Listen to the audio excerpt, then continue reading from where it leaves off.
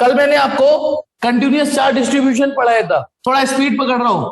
Continuous charge distribution, continuous charge distribution, इसको 3 category में पढ़ना था, ठीक है ना, 3 कैटेगरी में। अब मैंने एक और चीज, ये जो हेडिंग है इसमें मौजूद एक शब्द समझाया था कि 400 आप जानते हो उसमें कंटिन्यूअस वर्ड कब यूज करते हैं, कब यूज करते हैं कंटिन्यूअस, जब हम बहुत बड़ी मात्रा का चार्ज, बहुत बड़ा चार्ज डिस्कस कर रहे होते हैं, ठीक है, तब हम चार्ज में ये चुल्लबाजी नहीं करते, ठीक है।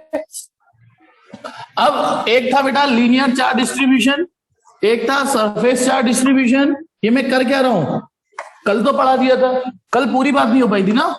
वॉल्यूम चार्ज डिस्ट्रीब्यूशन, ठीक है, बस थोड़ा थोड़ा सस्ते सस्ते में लिख रहा हूं, समझ जाना।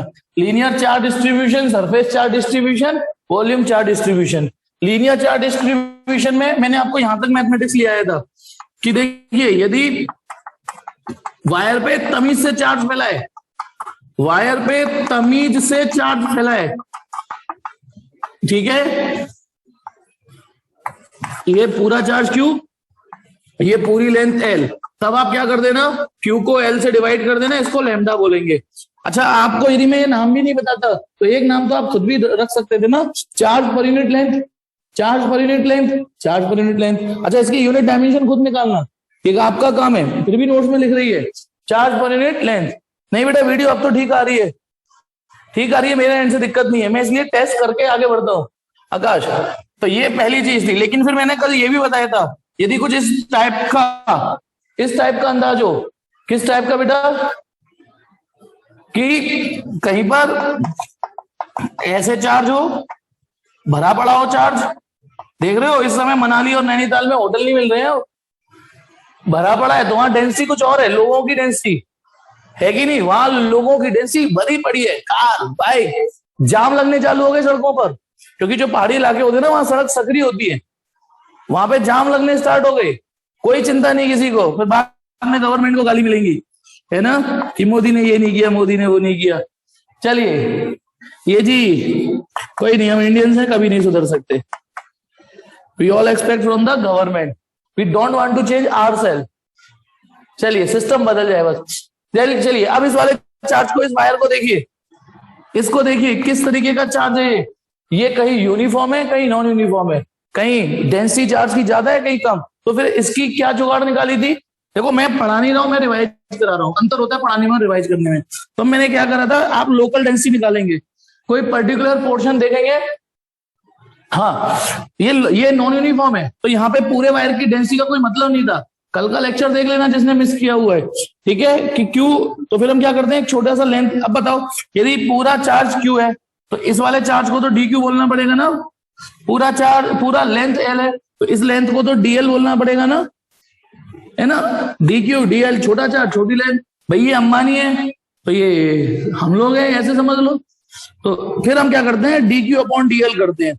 अब टेक्निकली सोचो, टेक्निकली डी क्यू डीएल है तो डायमेंशनली लैम्डा ही ना, है तो डायमेंशनली लैम्डा, लेकिन ये पूरे, सीधी सी बात है, आपने इतना चार्ज इतनी लेंथ करी है तो ये लोकल डेंसिटी है, सिर्फ यहाँ की डेंसिटी है, linear charge density at this point. ये तो था कल का रिवीजन। अब आगे बढ़ते हैं, प्लीज बेटा कंटिन्यू करना इसी चीज को। सरफेस चार्ज डेंसिटी देखो बेटा, ये ना हमारे पास सरफेस, मान लो सपोज करो कोई एरिया है और उस पर एरिया पर चार्ज स्प्रे हो रहा है, फैला हुआ है, ठीक है, एरिया पर चार्ज फैला हुआ है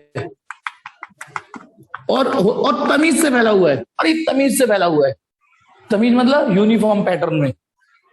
अब आप बताइए, ये ठीक है ना, जो एक बढ़िया पेंटर होता है, बढ़िया पेंटर होता है जब वो दीवार पे पेंट करता है, और एक घटिया पेंटर होता है जो दीवार पे पेंट करता है, करने को तो दोनों कर सकते हैं, लेकिन जो अच्छा पेंटर होता है ना, जब उसका ब्रश चलता है तो बड़ा यूनिफॉर्म पैटर्न में चलता है, धारियां नहीं दिखती उसके पेंट में, मानते हो ना इस बात को।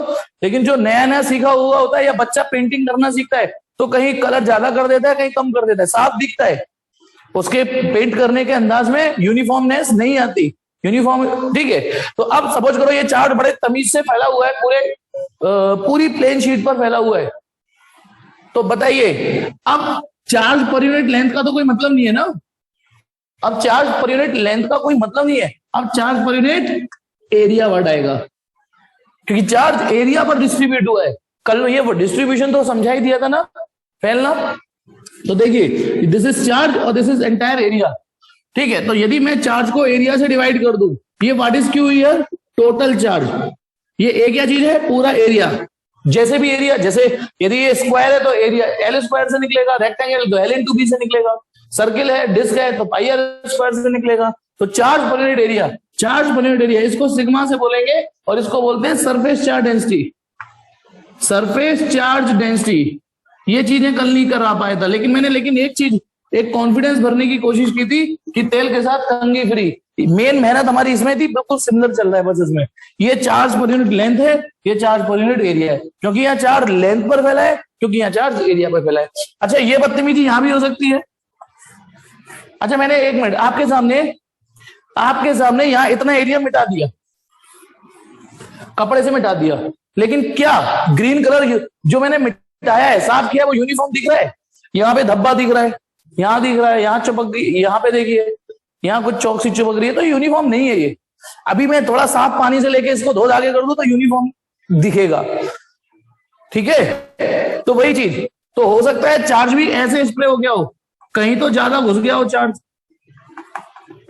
कहीं दूर दूर हो, फिर कहीं पास पास हो गया हो, फिर कहीं दूर दूर हो, फिर कहीं पास पास हो गया हो, फिर दूर दूर। ये तो आप देख सकते हो। अब बताइए, इसमें और इसमें सपोज करो उसी 1 मिनट, यदि क्लास में सपोज करो 20 बच्चे हैं, उन 20 बच्चों को एक सिस्टमैटिकली बिठाया, 5 बच्चों की रो बनाई, 5 बच्चे ऐसे, 5 ऐसे, 5 ऐसे, 5 ऐसे, हो गए 20, हाँ 4, वो हो गया यूनिफॉर्म डिस्ट्रीब्यूशन इन द। लेकिन यदि उसमें से कुछ ग्रुप बना के गप्प मार रहे हैं, लड़कियों का ग्रुप अलग गप्प मार रहा है, लड़कों का ग्रुप अलग गप्प मार रहा है, तो अब वो यूनिफॉर्मली नहीं फैले हुए, ग्रुप बन गए। तो ऐसे ही सपोज करो ये चार्ज इस पे हो गया, साफ दिख रहा है, इसमें और इसमें अलग है। यहाँ पे सपोज करो ये शिमला मनाली है, यहाँ लोगों की भीड़ जुट रही है, यहाँ गर्मी है, राजस्थान है, यहाँ लोग कम है, तो वही चीज, चार्ज भी ऐसा हो सकता है, ऐसे डिस्ट्रीब्यूट हो सकता है। तो यहाँ चार्ज डेंसिटी कैसी है, ज्यादा, और यहाँ चार्ज डेंसिटी कैसी है, कम। तो आप यहाँ एंटायर चार्ज डेंसिटी नहीं निकाल सकते, यदि निकालोगे तो उसका कोई मीनिंग नहीं है कल की तरह।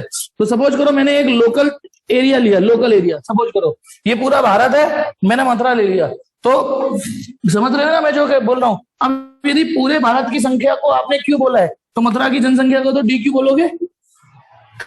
पूरे भारत का एरिया ए है, तो इसका एरिया तो डी ए बोलोगे, इसका एरिया तो डी ए बोलोगे। तो ये D Q upon D A, dimensionally तो ये भी डेंसिटी निकली, डायमेंशनली तो ये भी सिग्मा ही निकला। पर ये बताओ कहाँ की, ये भारत की सरफेस चार्ज डेंसिटी है, मथुरा की है, बताओ। अब शायद समझ में आ रहा, ये भारत की सरफेस, ये तो पूरे भारत की होगी यदि मान लो यूनिफॉर्म फैला होता है, लेकिन ये पूरे भारत की है या मथुरा की है? मैंने जो शब्दों का इस्तेमाल किया, ये सरफेस चार्ज डेंसिटी पूरे भारत की निकल के आई या मथुरा की निकल के आई? आपने बताइए, मैंने शब्दों का जो प्रयोग किया, ये मथुरा की जनसंख्या, ये मथुरा का एरिया, तो मथुरा की जनसंख्या अपन मथुरा का एरिया, ठीक है? तो ये मथुरा की तो डेंसिटी निकली, यानी लोकल डेंसिटी निकली। तो अब आप ऐसे ही समझ लीजिए, एक बड़े, यदि नॉन यूनिफॉर्म चार्ज है, हाँ, यदि नॉन यूनिफॉर्म डिस्ट्रीब्यूशन है, तो आप पूरी सरफेस चार्ज डेंसिटी निकालोगे तो कोई मतलब नहीं निकलेगा। तो छोटा सा एरिया, छोटा सा charge, charge per unit area, charge per unit area, क्या बोलेंगे इसे? नाम तो इसका भी सरफेस चार्ज डेंसिटी है, लेकिन एक शब्द और जुड़ जाएगा, surface charge density at a point, at a point, इस पॉइंट पर, जो भी पॉइंट है, ओके। ये कल रह गया था। अब आ जाते हैं वॉल्यूम। जैसे अगरबत्ती, जब अगरबत्ती की खुशबू फैलती है कमरे में, बताइए अगरबत्ती की खुशबू कमरे में किस तरीके से फैली है, लेंथ वाइज फैली है या एरिया वाइज फैली है? बोलो। अगरबत्ती की खुशबू कमरे में लेंथ पर, कमरों की लेंथ पर फैल गई है या कमरे के एरिया पर फैल गई है? अवंतिका कह रही है एरिया पे, कमरे के एरिया में फैल गई है। अच्छा, क्योंकि मैंने ऑप्शन ही 2 दिए थे। कंजड़ो वॉल्यूम पर फैली है, वॉल्यूम पर फैली है। फील कल का साफ कर दिया अवंतिका।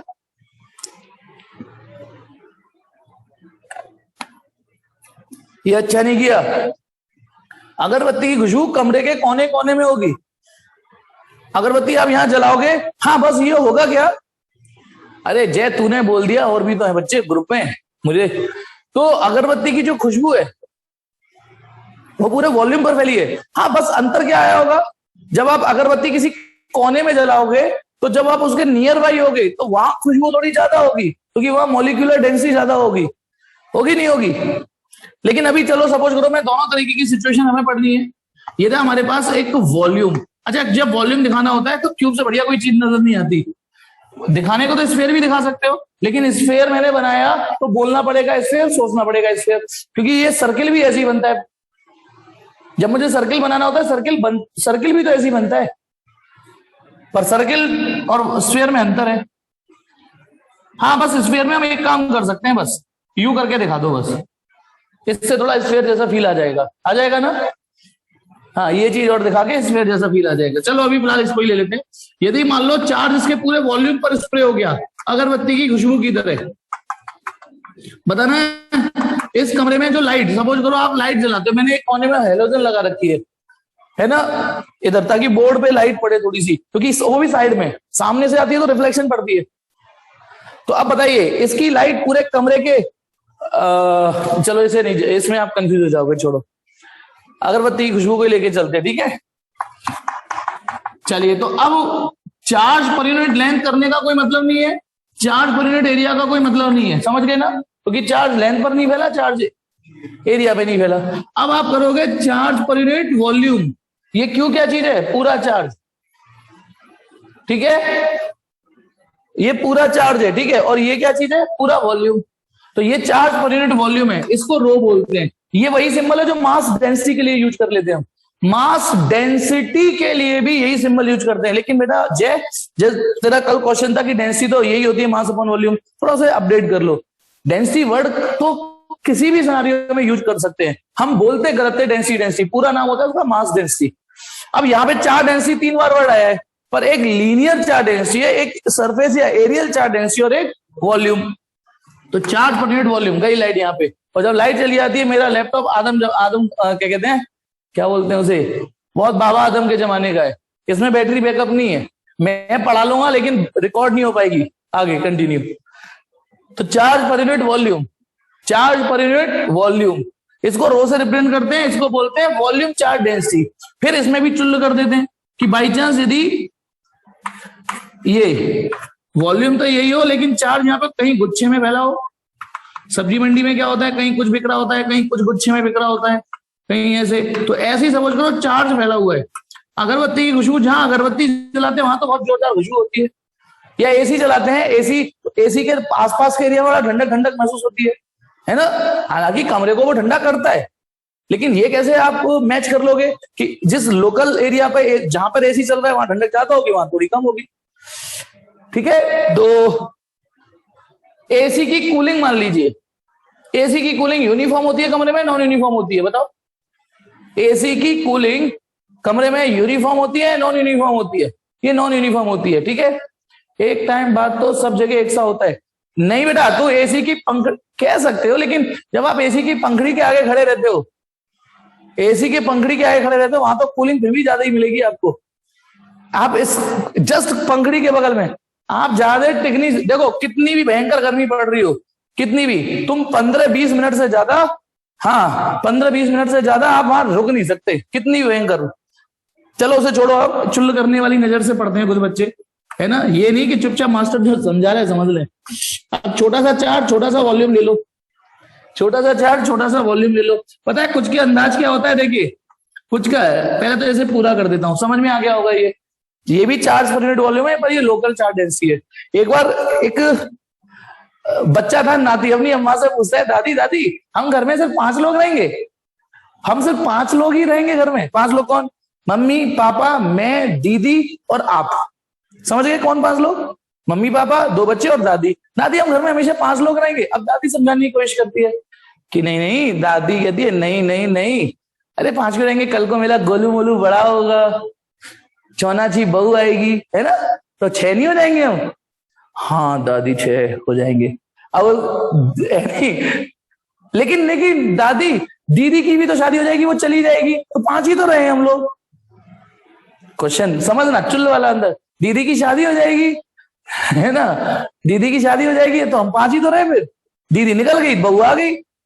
अब दादी ने कहा अच्छा चल एक काम कर, ऐसा कर, चल दीदी चलेगी, कल को जब तेरी शादी हुई तेरा बच्चा होगा, है ना, बच्चा होगा, छोनू मोनू का छोटा सा लाला होगा, है ना।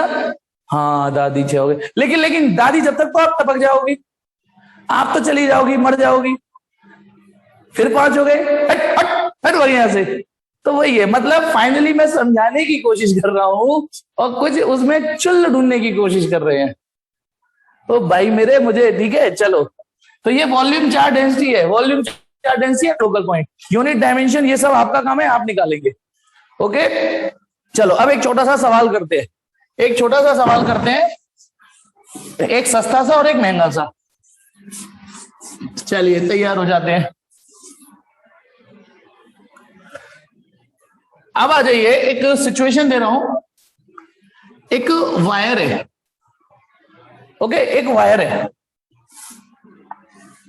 होपफुली की समझ में, एक सस्ता सवाल। इस पर सिचुएशन दे रखी है, चार्ज नहीं दिखा रहा, मान लेना अपने आप अपने आप मान लेना चार्ज है इस पे। इस पर दे रखा है कि इसका जो लैम्डा है वो 7 कूलम पर मीटर है। सवाल मैं बना रहा हूं तो चुल्लू मत करना, 7 कूलम ये तो बहुत हो गया, लो माइक्रो कर देता हूं, 7 माइक्रो कूलम पर मीटर, क्योंकि जय भी तो बैठा हुआ है चुल्लू करने के लिए, है नहीं। Lambda equal to 7 micro coulomb per metre है, ये इसकी डेंसिटी है। सवाल ने कहा कि ये मेरे पास 15 मीटर वायर है, ये 15 मीटर वायर है, अरे कोई नहीं जय मजाक कर रहा हूं, टेंशन मत ले तू, ये 15 मीटर वायर है ना, और इसकी जो डेंसिटी है वो 7 माइक्रो कूलम पर मीटर है। तो इस पर पूरा पे चार्ज निकालना है, तो इस पूरे पे। अब एक चीज सुनिएगा, समझिएगा, यदि लैम्डा 10 दे रखी हो और लैम्डा 10x दे रखी हो, हम में से कई लोग ये चीज पढ़ना नहीं जानते। ए चल तेरा मल्टीप्लाई भी खराब है जय, तेरे दिन अच्छे नहीं चल रहे आज तुमसे सुन के ही मानेगा। हट 15 70 90 होता होगा, 15 70 90, कितने तेजस्वी लोग हैं हमारे यहाँ। अब पहले मैंने आपसे आंसर नहीं पूछा ना, मैं कुछ और चीज बता रहा हूं पहले तो, ठीक है। यदि किसी सिचुएशन में आप पहले फील करिए कि लैम्डा दे रखा है 10 और लैम्डा दे रखा है 10x, लैम्डा दे रखा है 10 और लैम्डा दे रखा है 10x, तो आप फील करिए 10 एक नंबर है जो कि कांस्टेंट है, ये कांस्टेंट ही तो हुआ, ये कांस्टेंट ही तो हुआ, और ये लैम्डा 10x है, ये लैम्डा x पर डिपेंड है, तो ये वेरिएबल हुआ लैम्डा। तो समझने की कोशिश करेंगे सब लोग, ये लैम्डा x पर डिपेंडेंट है, x की जगह y हो सकता है, r हो सकता है। तो अब बताइए, यहां सलमान खान टाइप नंबर आ गया, लैम्डा हर जगह 10 10 10, यहां 10 10 10 10 10 10 होगा, लेकिन 10x, x की वैल्यू फिक्स तो नहीं है ना, x की वैल्यू तो बदल सकती है। तो अब समझना, यदि कहीं लैम्डा ये दे रखा हो तो यहां lambda equal to Q upon L लगा देना, और यदि ये दे रखा हो तो lambda equal to D Q upon D L, क्योंकि आपको मैं यही सिखा के लाया हूं कि यदि लैम्डा वेरिएबल हो, कहीं कुछ कहीं कुछ कहीं कुछ कहीं कुछ, तो आपको ये फिजिक्स यूज करनी पड़ेगी, और यदि फिक्स है तो ये यूज कर लेना। बोलो ये पल्ले पड़ा या नहीं पल्ले पड़ा, डू यू पल्ले, क्योंकि मैं दोनों सवाल आपके सामने पेश करने जा रहा हूं, तो पहले ये बेसिक समझिए, ये समझ में आया या नहीं आया, क्योंकि सवाल आपको नहीं बताएगा कि क्यू अपॉन एल यूज करो या D Q upon D L use करो, आपको अपनी बुद्धि और अपने विवेक से ही यूज करना है।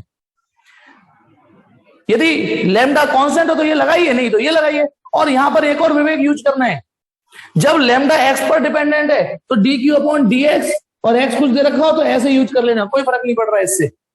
11 से सीखते आ रहे हैं, डिस्प्लेसमेंट एस बराबर u t plus half a t square, यदि एक्स एक्सिस पे जा रहा है तो इसको एक्स लिख लेते थे, वाई एक्सिस पे जा रहा है तो वाई लिख लेते थे, ऐसे कोई कसम नहीं खा रखी हमने कि हम एस बराबर u t plus half a t square ही पढ़ेंगे, वाई बराबर u t plus half a t square नहीं पढ़ सकते। सवाल दूंगा मैं अरे ये सवाल में मैंने जाएगा, सवाल आएगा इसका, मनीष सवाल आएगा इसका। चलिए फिलहाल तो ये सस्ता। अब आप ये बताइए, ये जो मैंने समझाया है उससे ये क्या फील आया कि आपका लैम्डा कांस्टेंट है या वेरिएबल है, आपका लैम्डा कांस्टेंट है या वेरिएबल है, बताओ। ये कांस्टेंट है क्योंकि 7 दिया हुआ है और कुछ नहीं, तो ऐसे सवालों में कोई चुल नहीं हुई होती, और ऐसा सवाल आएगा भी नहीं। लो सपने टूट गए आपके, जो सरल है वो आएगा नहीं। तो अब सॉल्यूशन स्टार्ट करते हैं। तो यहां तो lambda equal to Q upon L की फिजिक्स लगाओ, कहानी खत्म करो। तो Q equal to lambda into L, कितना लैम्डा है इसमें, बंदे वायर का 7 माइक्रोकूलम पर मीटर, और लेंथ कितनी है 15 मीटर। ये दोनों यूनिट एक भी होंगी तभी तो कटेगा, और जे के अकॉर्डिंग 15 7 90 है ना, 15 7 90। चलिए आज दिन खराब है बेटा तेरा। Micro coulomb. अब दूसरा जो क्वेश्चन देता हूं उसे सुनेंगे। जो दूसरा क्वेश्चन दे रहा हूं, मेरा जो मेन पर्पस है वो इस क्वेश्चन का था ही नहीं, ये तो आपने कल ही बातों बातों में कर लिया था। अब एक बोर्ड का क्वेश्चन है, बोर्ड का क्वेश्चन का में से मैंने निकाला है। बोर्ड के क्वेश्चन में से इससे तो तू ये भी नहीं कह सकता ऑटो करेक्ट कंजड़े, ऑटो करेक्ट से 90 हो गया तेरा। चल बढ़िया है, हर जगह उसी के कंधे पे बंदूक चला दो। अब प्लीज उस मुद्दे को छोड़ दे, कोई बात नहीं, माफ कर दिया मैंने, तुरंत आ गई लाइट बेटा। हाँ तो चलिए बेटा, अब मैं एक सवाल दे रहा हूं, बोर्ड का पूरा सवाल ना लेके उसमें से अभी के लिए जो जरूरत है वो निकाल के बता रहा हूं। बेटा एक वायर है, उसकी टोटल लेंथ एल है, वायर है ए बी वायर, और इसकी जो लीनियर चार्ज डेंसिटी है lambda equal to k x है, जी वेयर के इज कांस्टेंट। के क्या है? कांस्टेंट। और एक्स क्या चीज है? एक्स बता रहा है वो, आप सुनेंगे एक्स की बात, उसने एक्स के बारे में भी बताया है। मैंने सवाल आपके सामने पेश कर रहा हूं, सुनना। एक वायर ए बी है, टोटल लेंथ एल है, और इस पे चार्ज फैला हुआ है, और वो चार्ज इस अंदाज में फैला हुआ है। उस चार्ज की जो लीनियर चार्ज डेंसिटी वो lambda equal to k x है, where k is constant. X क्या चीज है? X is a distance measured from A. X is a distance measured from A. X is a distance, it is a distance measured from A. It is distance या length, length measured from A, measured from point A. देखो बेटा, यदि मैं आपको कोई wire दूं, ठीक है, ये चौक दूं, मैंने कहा आप इसकी लेंथ निकालिए, आप इसकी लेंथ मेजर करिए, तो आप अपना इंची टेप को यहां से भी पकड़ सकते हो। तो बताइए, ये सपोज करो ये 0 है, सॉरी इधर 0 है ना, 0। आप अपने, तो बताइए इंची टेप ऐसे भी मेजर लगा सकते हो और इंची टेप ऐसे भी लगा सकते हो। यदि समझ रहे हो मैं क्या कह रहा हूं, यदि मैं इंची टेप यू करके पकड़ रहा हूं, या ये जो स्केल है, तो 0 की शुरुआत यहां से हो रही है, 0 1 2 3 4, चेक करो, चेक करो, है ना। इस वाले एंड से जो नुकीला वाला एंड है, इंची टेप ऐसे लगा लूंगा, लेंथ आ गई। और इंची टेप ऐसे भी लगा सकता हूं, पलट दिया मैंने, पलट दिया मैंने, समझ में आ गया, तो 0 कहीं पे भी हो गया। लेकिन इस सवाल में एक शर्त दी है कि इंची टेप यू ही होना चाहिए, यहीं से मेजर होगी, ए से ही मेजर होगी डिस्टेंस। मतलब यदि आप यहां पर हो तो डिस्टेंस ए से कितनी दूरी पर, ये बताइएगा। यदि आप यहां पर हो तो ए से कितनी दूरी पर हो, यहां पर हो तो ए से कितनी दूरी पर हो। तो बताइए, यदि मैं यहां पर हूं तो x की वैल्यू यहां से यहां तक 1 हो गई, यहां पर हूं तो x की वैल्यू यहां से यहां तक 2 हो गई, यहां हो गया तो x की वैल्यू 3 हो गई। अब आपको बताना है, यदि मैं a पर हूं तो x की वैल्यू कितनी है, यदि मैं खुद a पर ही हूं तो x की वैल्यू कितनी है, यदि मैं a पर हूं तो x की वैल्यू कितनी है। जी हाँ छवि, ठीक, और भी बोलो बेटा। जी हाँ 0। यदि मैं x पर हूं, वो a पर हूं तो x की वैल्यू 0, और यदि मैं b पर हूं तो, और यदि मैं b पर हूं तो b पर, तो x की वैल्यू कितनी होगी, बताओ बताओ बताओ बताओ।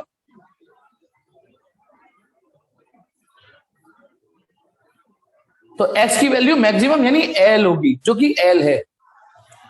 इतना समझ में आ गया कि इसका मतलब अब बताइए, ये तो आपको समझ में आ गया। अब ये बताइए, यहाँ पे हर पॉइंट पर x की वैल्यू एक सी है, अलग अलग है, ये बताओ आप। यदि मैं ये समझाने में सफल हुआ तो क्या x की वैल्यू हर पॉइंट पर एक सी है या अलग अलग है? हर पॉइंट पर, वायर के इस पॉइंट पर, इस पॉइंट पर, इस पॉइंट पर x की वैल्यू एक जैसी, अलग अलग, अलग अलग है, यानी वेरिएबल है।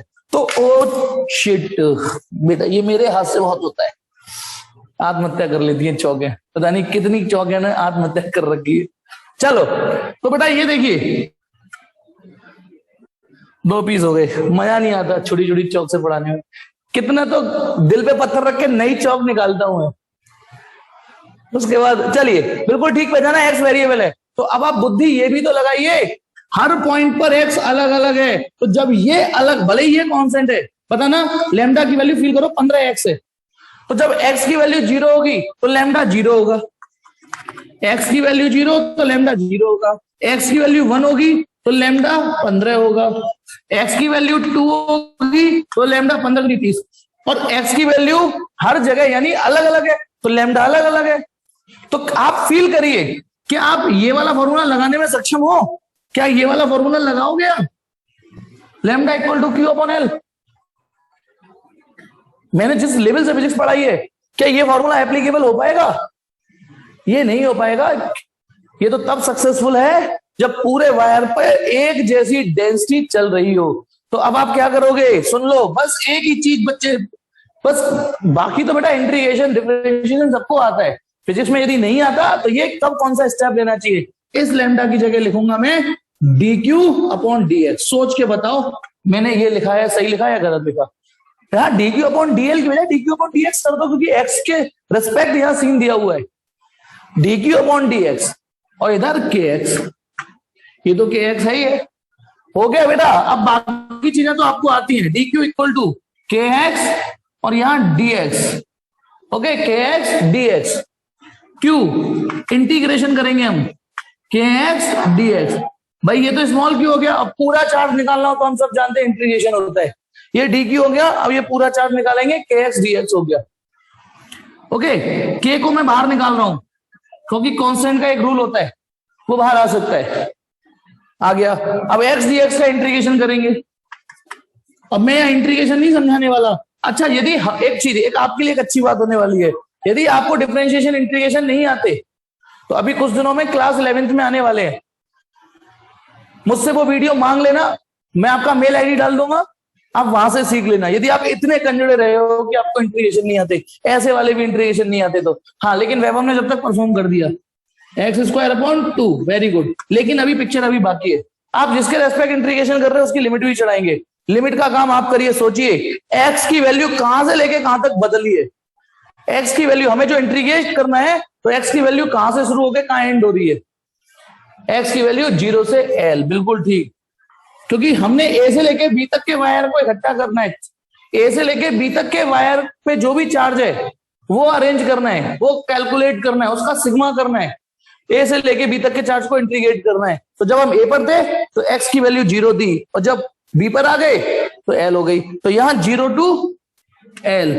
तो आगे बढ़ रहा हूं मैं, तो क्यू इक्वल टू के, क्या करूं मैं, एक्स से क्या लिख दू, L, L square upon 2 upper limit minus lower limit. ये हो गया क्यू इक्वल टू के एल स्क्वायर अपॉन 2। जल्दी से बेटा स्क्रीनशॉट ले लो, ले लीजिए बेटा स्क्रीनशॉट इसका।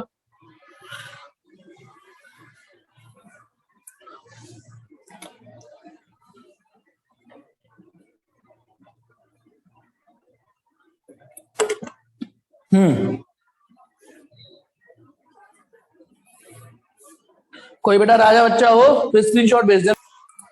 आज गर्मी बहुत है। अब इधर देखिए, अगला टॉपिक है, वेरी इंपॉर्टेंट टॉपिक है, इलेक्ट्रिक फील्ड। इलेक्ट्रिक फील्ड, मैं पहले इलेक्ट्रिक फील्ड समझाऊंगा और फिर उसके बाद इसी में अगले टॉपिक की हेडिंग डाल देता हूं। उसके बाद अगली हेडिंग समझाऊंगा, इलेक्ट्रिक फील्ड इंटेंसिटी। दोनों में बस थोड़ा सा फर्क है, ये दो अलग अलग हेडिंग है, ध्यान रखना। और पढ़ाऊंगा एक साथ ही ना, थोड़ी आगे पीछे, थोड़ा आगे पीछे पढ़ाऊंगा।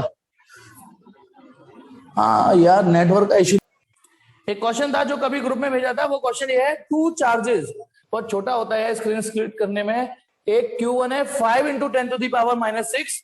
अभी इलेक्ट्रिक फील्ड को थोड़ा साइड में रखते हैं, इलेक्ट्रिक फील्ड वाली कहानी को साइड में रखते हैं, पहले उस सवाल को कराते हैं। एक चार्ज है 5 × 10⁻⁻6 कूलम, थोड़ा छोटा छोटा है। सुबह के बैच में तो आप कहते हो कि 2 बच्चे हैं आपके।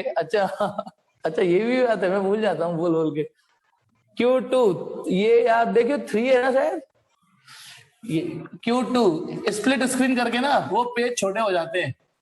अब मुझे आपको भी देखना है, जूम भी देखना है, वो पेज भी देखना है, ठीक है। हाँ, तो 3 are located at position 1, 3, 2।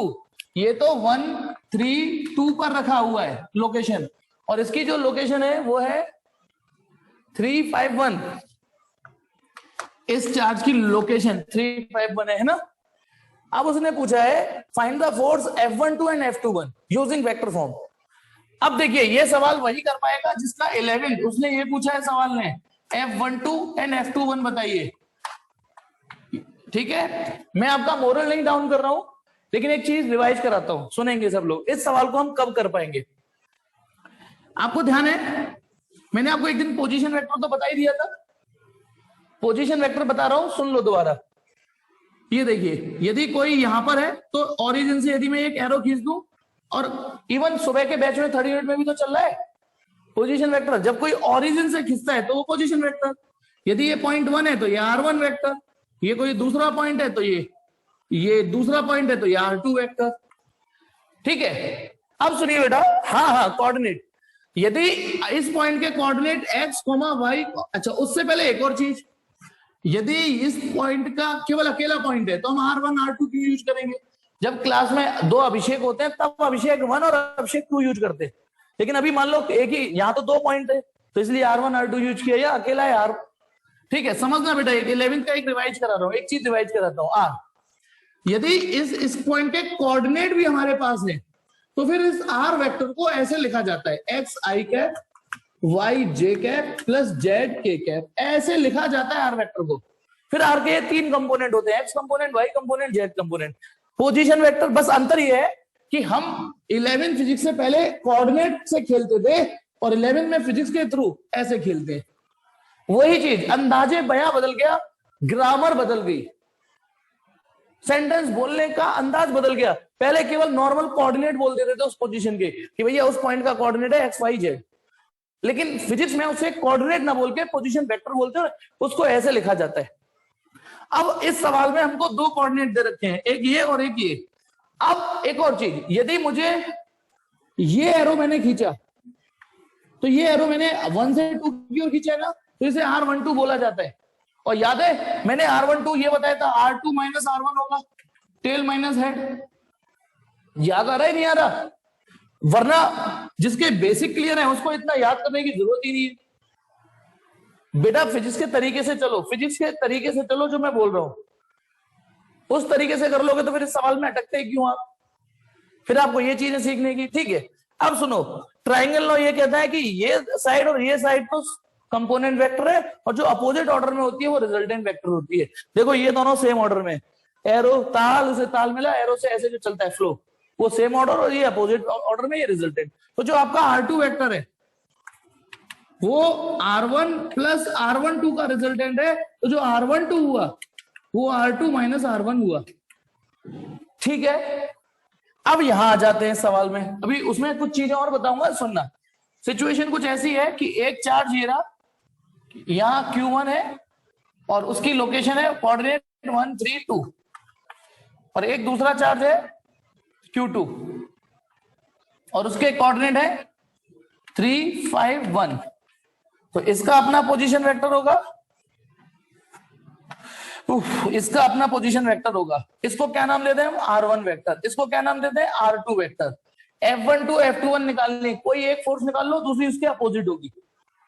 Newton third law ओबे करता है ये। अब देखिए, मान लो मैंने आपको जो सिखाया ये, बताइए इस वेक्टर को आप क्या बोलोगे? इसको R12 बोलोगे ना? चलिए अब बताइए, मैं F21 निकालने जा रहा हूं। क्या है? Coulomb's law. Coulomb's law, force on 2 due to 1। ये रहा Q2, कोऑर्डिनेट यहां लिख देता हूं 3 5 1। थोड़ा कलर पेन का यूज कर रहा हूं मैं, आपको दिख जाए तो। ये दोनों पॉजिटिव हैं, तो ये वाला चार्ज इस पर इधर फोर्स लगाएगा ना, और इस फोर्स का आप क्या नाम दोगे? Force on 2 due to 1। और ये इस पर इधर लगाएगा, और इसका नाम दोगे force on 1 due to 2। Hope कि आपको यहां तक समझ में आया होगा फिगर में, कि ये इस पर ऐसे फोर्स लगाएगा, ये इस पर ऐसे फोर्स लगाएगा, ये ऐसे लगाएगा, ये ऐसे लगाएगा। मैं इसको निकाल रहा हूं, तो बताइए आपको क्या फिजिक्स सिखाई है मैंने? Force on 2 due to 1 K Q1 Q2 upon R square. ये तो हो गई है, लेकिन जब मैं यहाँ वेक्टर फॉर्म लगाऊंगा तो बताओ यहाँ क्या आएगा? याद करो, याद करो, याद करो, याद करो, याद करो, याद करो, याद करो। यहाँ क्या आएगा? F21 यदि मुझे निकालना है तो एक यूनिट वेक्टर आएगा। और जी हाँ वैभव, बिल्कुल बेटा, शाबाश। सूरज रहने दे तू, आकाश थोड़ा गड़बड़ हो गया। R12 कैप आएगा बेटा, भगवान, R12 कैप। क्योंकि देखो ये वाली जो फोर्स है वो इधर है, इस वाले वेक्टर का फ्लो आएगा। यानी ये जो r12 वेक्टर है ना, इसकी डायरेक्शन लेनी है हमको। ये वाली जो फोर्स है वो इसकी डायरेक्शन में है। इतना समझ में आया? इतना समझ में आया ना? ठीक। अब 11th में एक चीज और। 11th क्या, अभी कुछ दिनों पहले मैंने आपको एक बात बताई थी, याद हो तो? कुछ दिनों पहले मैंने ही रिवाइज कराई थी, जब मैं वेक्टर रिवाइज करा था।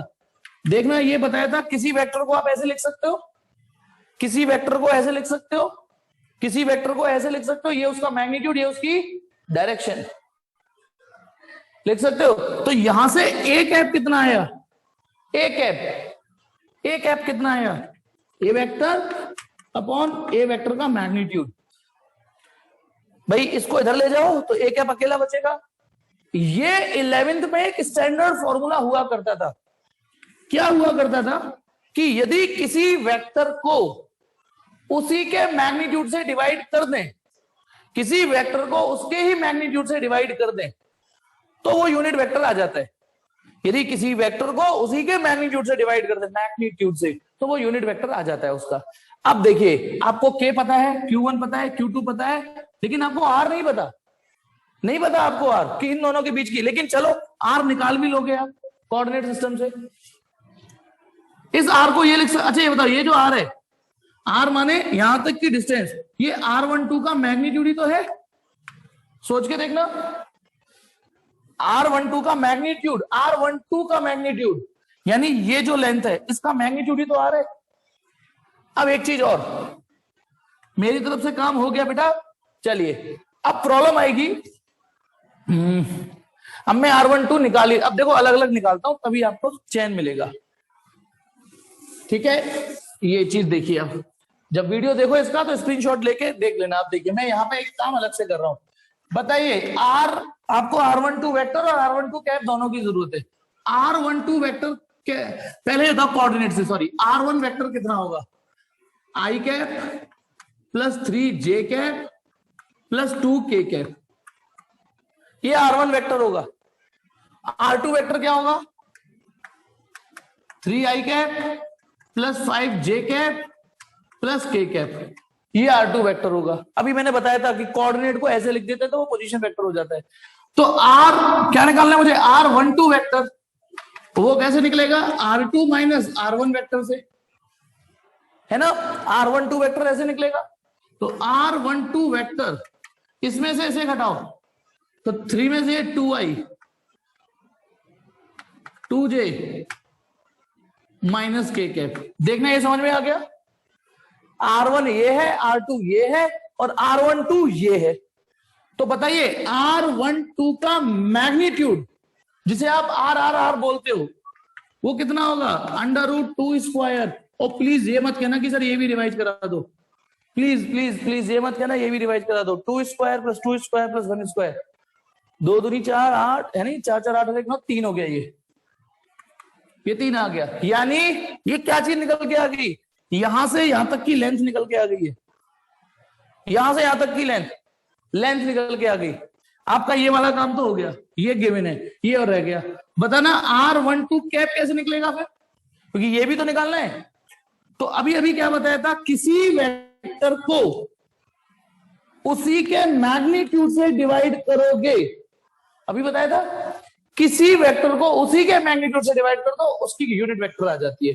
ये बात अभी थोड़ी देर पहले मैंने ए कैप के लिए, ए कैप क्या था? ए वेक्टर अपॉन ए का मैग्नीट्यूड। जब आप r12 का ही कैप निकालना है तो r12 वेक्टर और r12 के डायरेक्शन। तो अब आप बताइए, r12 वेक्टर कितना है? 2i plus 2j minus k, numerator upon denominator 3। चलिए अब करते हैं सवाल को। Equal to, what we are doing, we are going to calculate f21। k कितना है? 9 into 10 to the power 9। q1 कितना है? q1 q2 में मल्टीप्लाई कर दो बेटा, दोनों का मल्टीप्लाई आ रहा है 15 10 की पावर -12। q1 q2 का मल्टीप्लाई करने पर r12 का स्क्वायर, r12 का मैग्नीट्यूड है 3, उसका स्क्वायर है 9। अब ये क्या हो जाएगा? r12 कैप, वो ये लिख देता हूं। क्या है बेटा ये? 2i 2j k upon 3। समझ में आया या नहीं आया? अब इसे सॉल्व कर लो। देखो 9 से 9 कट गया, 3 से 5 बार कट गया, F21 3 पंजा 15 15 5 और पावर पावर खेलोगे तो 10 की पावर -3 बच रही है और उधर 2i प्लस 2j माइनस के। इतने न्यूटन फोर्स है बेटा। देखो बेटा आंसर क्या आ रहा है, F21 बेटा यही आ रहा है, चेक करो। अब इसमें 12th कम यूज हुई, 11th ज्यादा यूज हुई। 12th में तो फॉर्मूला अभी वही था, Coulomb's law, K Q1 Q2 upon R square. R12 कैसे आया समझ नहीं आया, नेटवर्क इशू था ना बेटा भाई, मेरे हाथ जोड़ रहा हूं तेरे बेटा, तेरे नेटवर्क इशू था, मेरे पसीना वाला इशू था। वीडियो डालूंगा उसमें दोबारा देख लियो प्लीज। R12 कैसे आया, क्योंकि अभी तो तू कह रहा आ गया, समझ में आ गया। चल बता देता हूं, R12 के लिए ये फॉर्मूला यूज किया है मैंने। कितने नन्हे मुन्ने बच्चों की तरह पढ़ाना पड़ रहा है तुमसे। 11 दूनी 32, वो 22,000 रुपए फीस लेनी चाहिए थी, 11 की भी 12 की भी क्योंकि दोनों चीज पढ़ानी पड़ रही है। R12 वेक्टर, R12 वेक्टर ये था ना, ये फॉर्मूला। अच्छा इससे पहले की चीज मिट गई है, वो वीडियो में दोबारा मैं आपसे ये कहना भूल गया कि स्क्रीनशॉट ले लेना। कोई नहीं, वीडियो डालूंगा, पब्लिकली डालूंगा ये वाली वीडियो आज की, उसको देखना कि क्या था, सर ने 11th का क्या रिवाइज कराया था, तभी क्लियर हो पाएगा। इसमें 12th का तो बस कूलम्स लॉ लगा है। तो चलो बेटा आज के लिए फिर इतना ही। इलेक्ट्रिक फील्ड हम कल बात करेंगे। इलेक्ट्रिक फील्ड अब हम कल